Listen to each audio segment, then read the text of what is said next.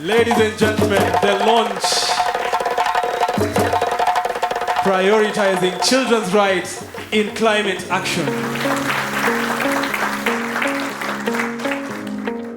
We are here and very thrilled to unveil our next flagship program, which is a child-centered initiative designed to empower the future guardians of this great planet. This program will be the launchpad for us then to be able to give children that voice that can enable us to be able to make sure that children own this country and also can be able to advocate for greater heights towards climate crisis.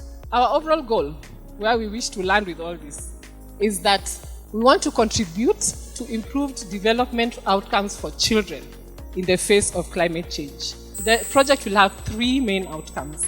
One is that the government and civil society have improved knowledge and capacity to address children's rights. Second outcome is improving prioritization of child rights within government of Kenya's climate change priorities. And we hope to do that through improved collaboration between civil society and government. Lastly, we want to improve public engagement in child rights and climate change. We also need to engage the public, the community, to also understand the importance and the impacts. And we will also collaborate with the media to bring the understanding also within the public space. This, as a flagship, really has no boundary. When you're advocating for climate change, right? Climate change is not something that's geographically bounded. It's something that affects us all. You know, it's actually something that unites humanity. If we are looking at Kenya and we are going to be doing this program in a big way, we don't even have to be, geographically bounded by it.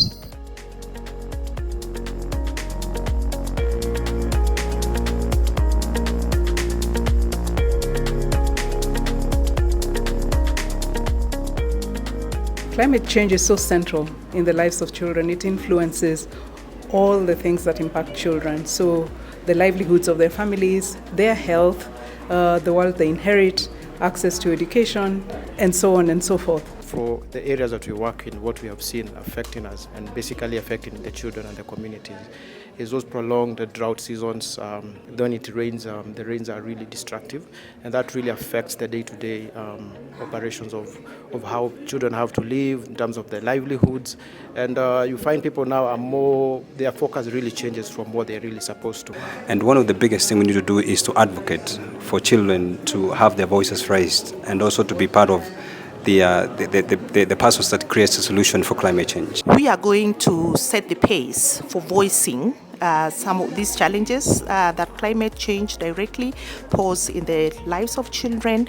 And so it's basically a moment that we are using to begin changing the narrative, walking the talk in terms of child participation in addressing the effects of climate change. It's our moment to hear them and to really, with them, elevate this issue for everyone to take it with the seriousness that it deserves. We really hope that following the launch of this project, we'll kick-start it and we'll have children very much involved in the beginning of the implementation to really ensure that we are prioritising their rights in this project and particularly in climate change. Our hope and expectation is we will have a lot of strategies in place that will be impacting the life of the children and the communities we are serving positively, and hopefully that will be our achievement end of this flagship. We want it to be your voice that presses all the decision makers, policy makers, and the communities at large